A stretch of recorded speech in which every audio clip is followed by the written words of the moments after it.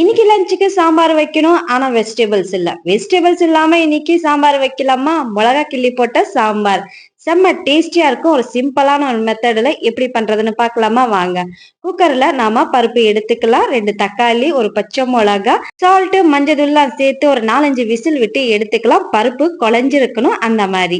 அதுக்கப்புறம் தாளிப்புக்கு கடாயில ஆயில் எடுத்துக்கலாம். கூடயே கடுகு, உளுந்து, சீரகம், ஆனியன், வரமிளகா கொஞ்சம் அதிகமாவே சேர்த்துக்கோங்க.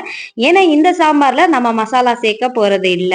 கூடயே கருவேப்பிலை, கொஞ்சமா பெருங்காயம் நம்ம சேர்த்து நல்லா வதக்கிக்கலாம். அதுக்கப்புறம் நம்ம பருப்பை நம்ம கடைஞ்சி வச்சிருக்கோம்ல, பருப்பை சேர்த்துக்கலாம். தேவையான அளவு தண்ணியும் நம்ம சேர்த்துக்கலாம். சால்ட்டும் முதலையும் நம்ம ஆட் பண்ணோம். அதனால தேவையா இருந்தா சால்ட்டை சேர்த்துக்கலாம். சாம்பார் 2 நிமிஷம் நல்லா கொதிக்கட்டும். அதுக்கப்புறம் புளியை கரைச்சி ஊத்தி இன்னும் 2 நிமிஷம் நம்ம கொதிக்க வச்சோம்னா சூப்பரான மிளகா கிள்ளி விட்ட சாம்பார் ரெடி ஆயிடுச்சு. கடைசியில ஒரு ஸ்பூன் நெய், அப்புறம் கருவேப்பிலை, கொத்தமல்லி எல்லாம் நம்ம மிக்ஸ் பண்ணிக்கலாம். அவ்வளவுதான்.